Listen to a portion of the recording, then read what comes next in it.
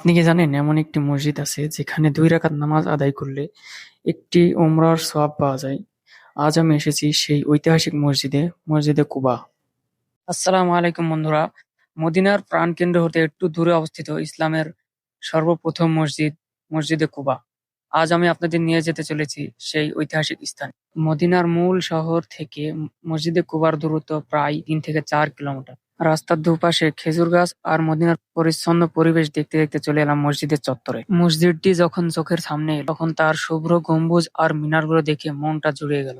মসজিদে প্রবেশের আগে সেই হাদিসটির কথা মনে পড়ে গেল, যেখানে রাসূল সাল্লাল্লাহু আলাইহি ওয়াসাল্লাম বলেছেন, যে ব্যক্তি ঘর থেকে পবিত্রতা অর্জন করে অর্থাৎ ওযু করে মসজিদে কুবায় এসে ২ রাকাত নফল নামাজ আদায় করবে, সে একটি উমরাহর সওয়াব পাবে।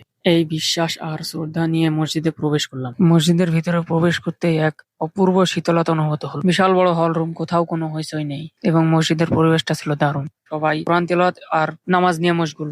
আমি ২ রাকাত নফল নামাজ আদায় করলাম এবং নামাজ শেষে বসে থাকলাম। আর ইতিহাসের সেই দিনগুলোর কথা ভাবছিলাম, যখন রাসূল সাল্লাল্লাহু আলাইহি ওয়াসাল্লাম সাহাবীদের নিয়ে নিজ হাতে এই মসজিদের ভিত্তি স্থাপন করেছিলেন। কুবা মসজিদের এই সফরটি আমার জীবনের একটি অন্যতম শান্তির সফর ছিল। মদিনায় আসলে কুবা মসজিদে না আসা মানে একটি বড় প্রাপ্তি থেকে বঞ্চিত হওয়া। আপনারা যারা মদিনায় আসবেন, এই পবিত্র স্থানটি আপনার তালিকার শীর্ষে রাখবেন, এটাই আমার পরামর্শ। মসজিদ থেকে বেরিয়েই একটু ঘোরাঘুরি করলাম।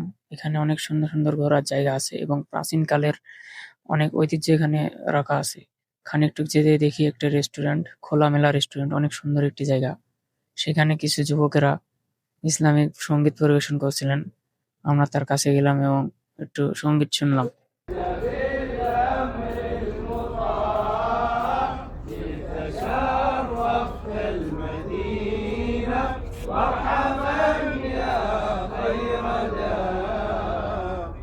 এরপর খোলামেলা রেস্টুরেন্টে একটু হাঁটলাম।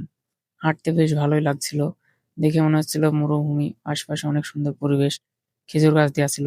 সেই সাথে বিকেলটা জমে উঠেছিল। আর সেখান থেকে কুয়া মসজিদটি দেখা যাচ্ছিল, অনেক সুন্দর একটি ভিউ। আল্লাহ আমাদের সকলকে এই জায়গায় বারবার আসার তৌফিক দান করুন। আমিন।